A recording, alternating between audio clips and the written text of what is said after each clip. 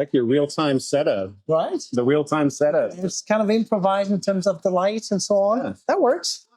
Not too aggressive. Are you good? No, I'm good. Awesome. Nice to meet you in person. Nice to meet you in person too. You have something really interesting, company and topic to discuss today. It's kind of an open mic, right? So I'm going to ask you to introduce yourself. We have for now 2 viewers online, so there's not a lot of people. It's for posterity. It's for posterity. It's going to be recorded, and we'll maybe play with the video as well, bringing some B-roll and so on, make some shorts, cut in several portions. But the idea here is to have a nice conversation with IoT fellows, and you're doing something super interesting that I would like for you to tell us about. So who are you? Professionally? Both? Yeah. So my name is Jason Shepard. I'm CEO for a company called Atym. The way I describe what we do is Docker on a diet. Yeah? Yeah. Principles of Docker make it feel like the cloud. Otherwise, I call it VMware Micro. Yeah. Tiny infrastructure enable you to run containers on microcontrollers up through kind of lightweight CPU-based devices. Okay. Let me ask you the blunt question of the embedded guy. Why would I want to do that? That's a good question.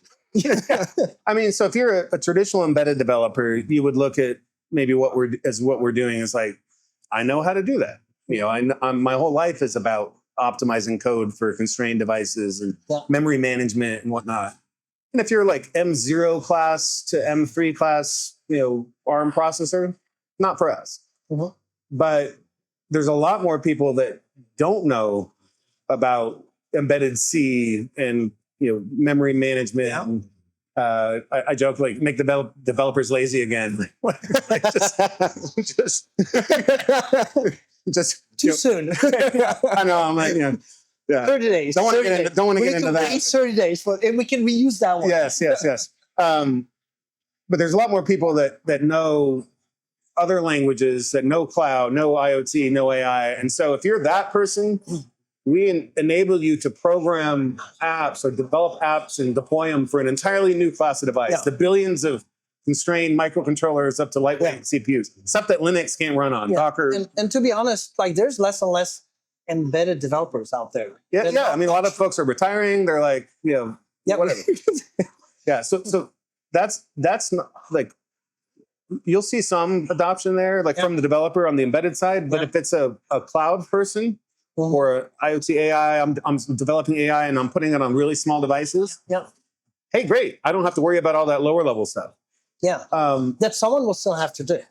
Yeah. I mean, there's some software underneath that needs to be deployed, updated, and so on, right? But that's the point. Like the core part of our solution on the device side, we've open source. It's called Ochre. It's part of Linux Foundation. Okay. So the idea is, Ochre is like the mini-me Docker. Okay. Define a mini-me Docker format about 1,000 times lighter as a footprint than Docker with Linux. Okay. We're working to get it aligned with OCI specs. It's based on WebAssembly. We're working with the WebAssembly community. So make that a standard. We're building on Zephyr from Linux Foundation. Zephyr's got a lot of momentum. It's kind of a modern real-time operating system. It's great. That brings built-in support for almost 1,000 boards now. Yeah.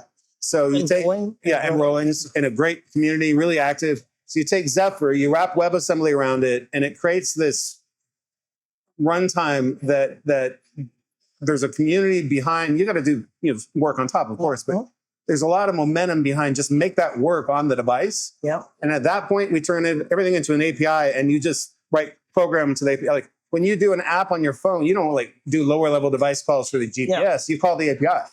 Exactly. And so we make these smaller devices for that. Feel like that. But the other thing is, so we make it possible to run containers on microcontrollers and true containers written in your choice of language. So cloud native like. Yeah.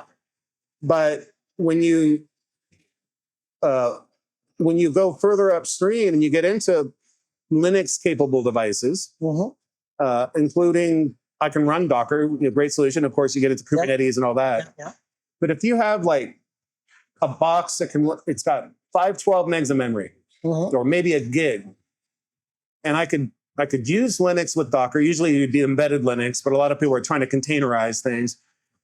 With Docker, I've just taken up a quarter of my memory space on a gig footprint just for the foundation. It's like if your house had a foundation that was like a quarter inch of the way up, whereas with us, 256 kilobytes, it's like basically zero. Yeah. So that's all that extra space you can use for apps. So we say it's basically the sweet spot is a meg of memory to a gig of memory. Okay, so it's MCU or CPU, doesn't matter, mega memory to a gig of memory. Okay. But to your point on the microcontroller side, an embedded developer, I mean, we'll see traction, but we are getting definite interest from people like product managers, engineering leadership that sees on the embedded side, sees the pain associated with one change makes everyone recompile everything. Yeah.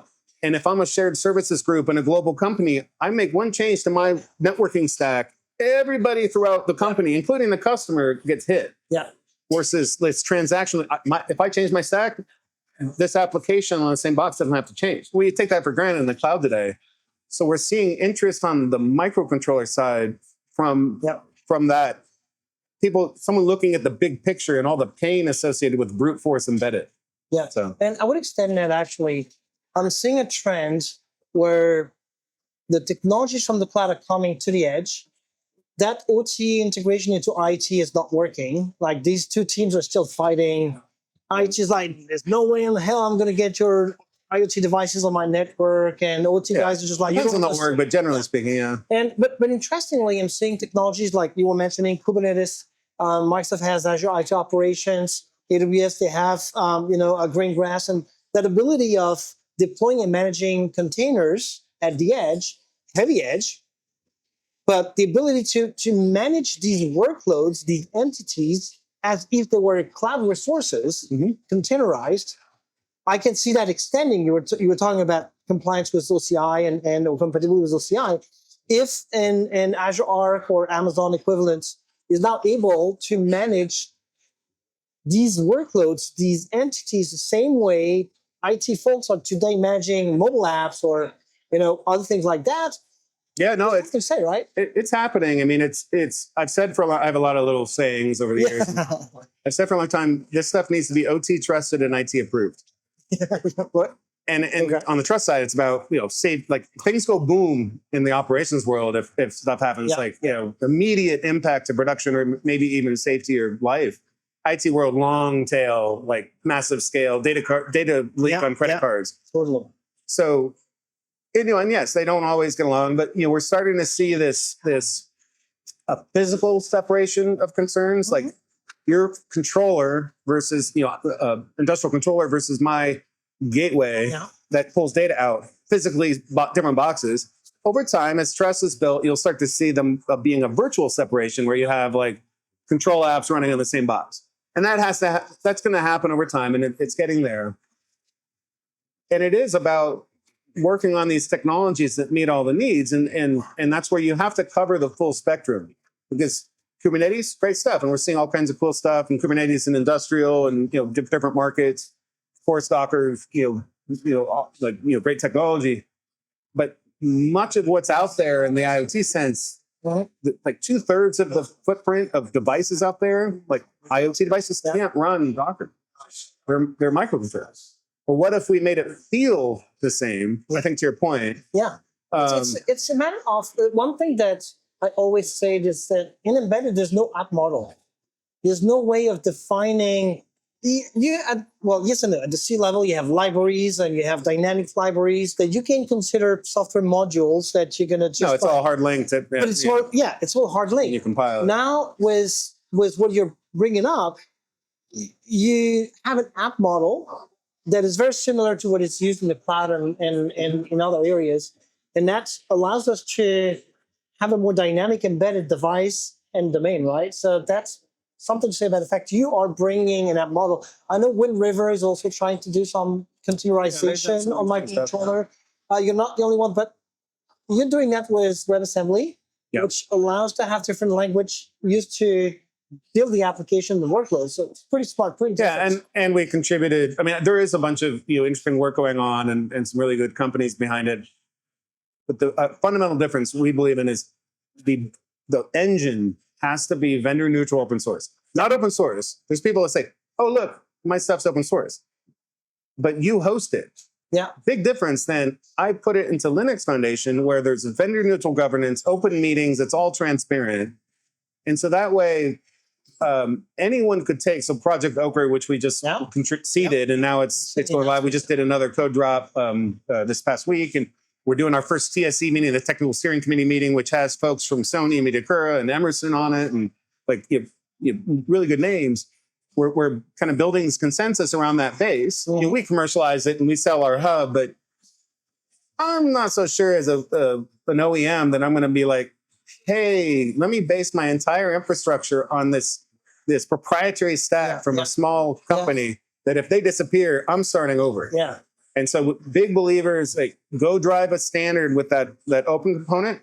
Our job is to make our commercial adaptation of it better. Okay. But anyone, have at it. Go build it. So people are ready, like it's ready to be used, ready to be tested? Yeah. So there's kind of different ways to engage. So one is go to the Ochre project in Linux Foundation, download the code, vote with your keyboard, write code, fork it, and go do your own thing. Cool. Yeah. We'll be launching an Atym developer program where you can use our UI and all of our bells and whistles with the runtime, kind of Q1 next year, maybe March timeframe. So that's where you can come in, party a few, maybe a couple devices for free, get the full experience. With Ochre, the runtime on the device, you're doing CLI, painful, it's companies make money off the IDIs, I call it, manageability, security, usability, scalability. You don't make money off the basic stuff. So you can go to Ochre, self-service, go to town, come into the Atym development program to be launched, next couple of months. Or if you want commercial help, let's do a paid POC, do production, whatever. But we'll put some link down there in the replay of the video. Thanks a lot for your time tonight. Let's get to meet you in person. Yes, it's been, it's always seeing everyone on the screen. Always great.